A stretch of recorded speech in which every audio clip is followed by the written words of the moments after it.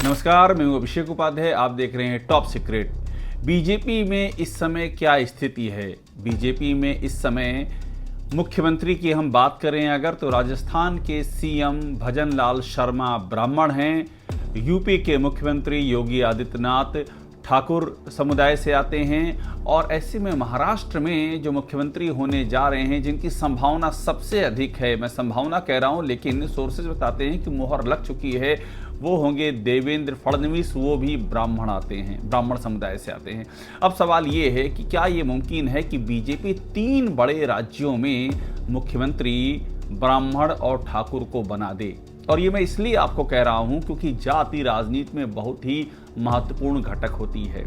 प्रधानमंत्री मोदी, आप उनकी बात को ध्यान से सुनिएगा, जब भी कांग्रेस उन पर अटैक करती है कि ये बीजेपी ओबीसी की दुश्मन है, दलित की दुश्मन है, तो वो यही कहते हैं कि मैं तो खुद ओबीसी कास्ट से बिलोंग करता हूं, मैं तो खुद ओबीसी हूं। इस बात को वो हमेशा जोर देते हैं। और बीजेपी ने लगातार ये कोशिश की है कि ये मैसेज जाए कि पार्टी किसी हिंदू में किसी एक समाज विशेष या किसी एक वर्ग विशेष को ही रिप्रेजेंट नहीं कर रही, बल्कि ये सबको प्राथमिकता दे रही है। आपको याद होगा राष्ट्रपति जो हैं इस समय द्रौपदी मुर्मू, उनके नाम को लेकर के लगातार बीजेपी की ओर से बात उठाई गई कि देखिए बीजेपी ने जो जनजाति हैं, जो आदिवासी हैं, उनको भी पूरा सम्मान दिया है, उनको भी प्राथमिकता दी है।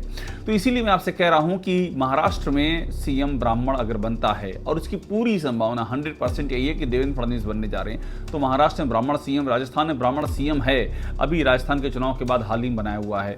और ऐसे में यूपी में योगी आदित्यनाथ के तौर पर ठाकुर समाज से आने वाले एक व्यक्ति को सीएम बनाए रखना, ये बीजेपी के लिए बहुत बड़ी चुनौती हो जाएगी। और इसीलिए इस बात की पूरी संभावना है कि यूपी में बीजेपी कोई बड़ा फैसला ले सकती है, यूपी का सीएम बीजेपी बदल सकती है। उसकी वजह आप समझिए कि मैं ये बात क्यों कह रहा हूँ। सबसे बड़ी उसकी वजह ये है कि यूपी में एक बड़ा असंतोष भी अंदर ही अंदर सिर उठा रहा है, जिसका कि बीजेपी को अंदाजा है। अभी जब लोकसभा में बीजेपी बुरी तरह से हारी, यूपी की बात मैं खासतौर पर कर रहा हूं, उसकी सीटें 62 से घटकर 33 हो गई। समाजवादी पार्टी उससे 37-4 आगे जाकर के अपने सर्वश्रेष्ठ 37 पे चली गई। तभी ये बात सामने आई कि पिछड़े और दलित बीजेपी के साथ नहीं हैं अब उस तरह से, जिस तरह से वो 14 और 19 में थे।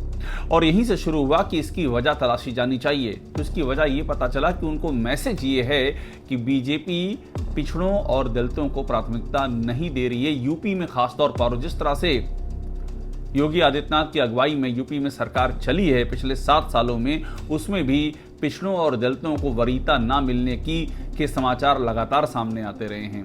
खासतौर पर 69,000 शिक्षक भर्ती जैसे मामले, जिसमें ओबीसी अभ्यर्थियों का मामला 4 साल से लटका हुआ है, योगी सरकार कोई फैसला नहीं कर पाई, उनको लाठी भी खानी पड़ी, उनको तमाम प्रताड़ना सहनी पड़ी। इलाहाबाद हाईकोर्ट की डबल बेंच के फैसले के बाद भी 1 महीने तक कुछ हो नहीं पाया और मामला सुप्रीम कोर्ट चला गया। तो ये असंतोष है। योगी सरकार पर आरक्षण को लेकर के भी तमाम सवाल उठते रहे हैं कि वो आरक्षण का सही बंटवारा नहीं कर रही नौकरियों में। आलम यह हुआ कि खुद उनकी ही सरकार के डिप्टी सीएम केशव मौर्य ने सवाल उठा दिया। उनकी ही सहयोगी अपना दल जो है, उसकी अनुप्रिया पटेल और आशीष पटेल ने भी यही सवाल उठा दिया, यानी कि योगी सरकार पिछड़े वर्गों के जो उनको लाभ मिलना चाहिए, आरक्षण मिलना चाहिए, उसके सही बंटवारे ना होने के बेहद ही गंभीर आरोपों से घिरी हुई है। ऐसे में आप सोचिए कि इसका परिणाम क्या होगा और क्या असर इसका दिखाई पड़ रहा है। अगर यूपी में पिछड़े और दलित खासतौर पर बीजेपी से छिटके, तो बीजेपी की हालत वही हो जाएगी जो 2017 के पहले हुआ करती थी, जब बीजेपी 50 सीटों तक के लिए संघर्ष करती नजर आती थी। और इस स्थिति से उबरने में प्रधानमंत्री मोदी की अगुवाई में जो पिछड़ों को एकजुट करने का अभियान चला है, उसने बीजेपी को खासी मदद की है।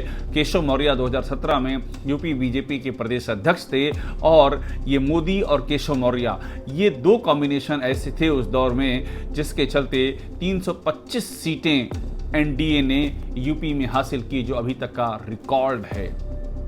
और उसके बाद से बीजेपी लगातार घट रही है। वो सीटें घट करके अगली बार का जब चुनाव हुआ 2017 के बाद 2022 का, वो 255 पर आ गई। लोकसभा में सीटें और भी तेजी से घटी हैं। तो ऐसे में बीजेपी की चिंता खासी बढ़ गई है, और इसीलिए कहा जा रहा है कि बीजेपी महाराष्ट्र में ब्राह्मण सीएम की दशा में 7 सालों से योगी आदित्यनाथ का जो राज है उसका द एंड हो सकता है। कोई पिछड़े वर्ग का सीएम यूपी में बन सकता है, और ऐसा अगर हुआ तो एक बात मैं आपको और बता दूं, यूपी का जो संगठन है उसमें भी उस हिसाब से बदलाव, संगठन भी चूंकि बदलने जा रहा है, प्रदेश अध्यक्ष बदले जाएंगे, तो प्रदेश अध्यक्ष भी ये माना जा रहा है उसी हिसाब से अगर किसी पिछड़े को यूपी की कमान सौंपी जाती है तो ये मान लीजिए कि प्रदेश अध्यक्ष, इसकी संभावना पूरी है कि किसी ब्राह्मण को बनाया जा सकता है या फिर किसी दलित समुदाय के व्यक्ति को यूपी बीजेपी का प्रदेश अध्यक्ष बना करके एक मैसेज दिया जा सकता है। ये सारे कॉम्बिनेशन चल रहे हैं, और अगर आप ध्यान दें ये बात मैं जो कह रहा हूँ इसके पीछे का आधार क्या तो आपको समझ में आएगा। बीजेपी ने शुरू में ये प्रयोग किया जब 2014 में सरकार आई बीजेपी की, नरेंद्र मोदी की अगुवाई में पहली बार सरकार बनी, तो नरेंद्र मोदी जब पहली बार पीएम बने उसके बाद से बीजेपी ने प्रयोग किया कि जाति प्रभुत्व वाली जो जगह हैं वहाँ पर जाति का आंकड़ा दरकिनार करके, और जो नेताओं को जिन्हें उन्हें लगा कि ये नेता कैपेबल हैं, समर्थ हैं, उनको जिम्मेदारी दी गई। इसी तरह से हरियाणा में बने मनोहर लाल खट्टर जो कि पंजाबी समुदाय से आते थे, जबकि हरियाणा में जाट सीएम का इतिहास रहा है। इसी तरह रघुवर दास को बनाया गया झारखंड में, जबकि वहाँ पर अनुसूचित जनजाति के सीएम का इतिहास रहा है। इसके बाद भी वहाँ पर बना दिया गया रघुवर दास को, और साथ में देवेंद्र फडणवीस को महाराष्ट्र में बनाया गया। लेकिन जिस तरह से उफान उठा, बाद में बीजेपी को सब बदलाव करने पड़े। हरियाणा की कमान खट्टर को हटा करके नायब सिंह सैनी को देनी पड़ी, जो कि वहाँ के ओबीसी चेहरे हैं, और उसका फायदा ये मिला कि हरियाणा में बीजेपी जीत गई। ये मोबिलाइजेशन उसके फेवर में हुआ। झारखंड में भी अर्जुन मुंडा को कमान दी गई, बाबूलाल मरंडी को लाया गया। ये सारी कवायद बीजेपी ने की, हालांकि वो जीत नहीं पाई, लेकिन इस कवायद का मकसद यही था कि जाति कॉम्बिनेशन को ठीक किया जाए, और जो खास तौर पर एसटी आबादी वाले विधानसभा क्षेत्र जहां बीजेपी हार रही थी वहां उसको रिवर्स किया जाए, तो उसकी प्रोसेस बीजेपी ने शुरू की। इसी तरह महाराष्ट्र में एकनाथ शिंदे को देने के पीछे ये था कि मराठा सेंटिमेंट्स को पूरा स्थान दिया जाए, क्योंकि बीजेपी को महाराष्ट्र में ज़बरदस्त जीत मिली है और वो अपने दम पर ही सत्ता बहुमत के बहुत ही करीब है, इसलिए वहाँ पर देवेंद्र फडणवीस का सीएम बनना तय है। वो इसके पहले त्याग भी कर चुके हैं। बीजेपी सबसे सीनियर पार्टनर होने के बावजूद वो बने थे डिप्टी सीएम, और एकनाथ शिंदे सीएम बन गए थे। तो ऐसे में देवेंद्र फडणवीस को सीएम बनाने की पूरी संभावनाएं हैं, संकेत मिल चुके हैं। लेकिन ये नहीं हो सकता है पॉलिटिकली अगर देखें कि महाराष्ट्र में सीएम ब्राह्मण, राजस्थान में सीएम ब्राह्मण और यूपी में सीएम ठाकुर, ये किसी भी राजनीतिक गणित में मुमकिन नहीं है। योगी आदित्यनाथ का कई मुद्दों को लेकर के संगठन के भीतर से भी विरोध होता आया है। उनके दौर में सबसे ज़बरदस्त जो पेपर लीक हुए हैं वो सामने आए हैं। ओबीसी अभ्यर्थी सड़क पर संघर्ष करते रहे हैं। पुलिस और प्रशासन के बेलगाम होने की शिकायतें लगातार सरेआम होती जा रही। खुद बीजेपी के अपने ही नेता परेशान हैं।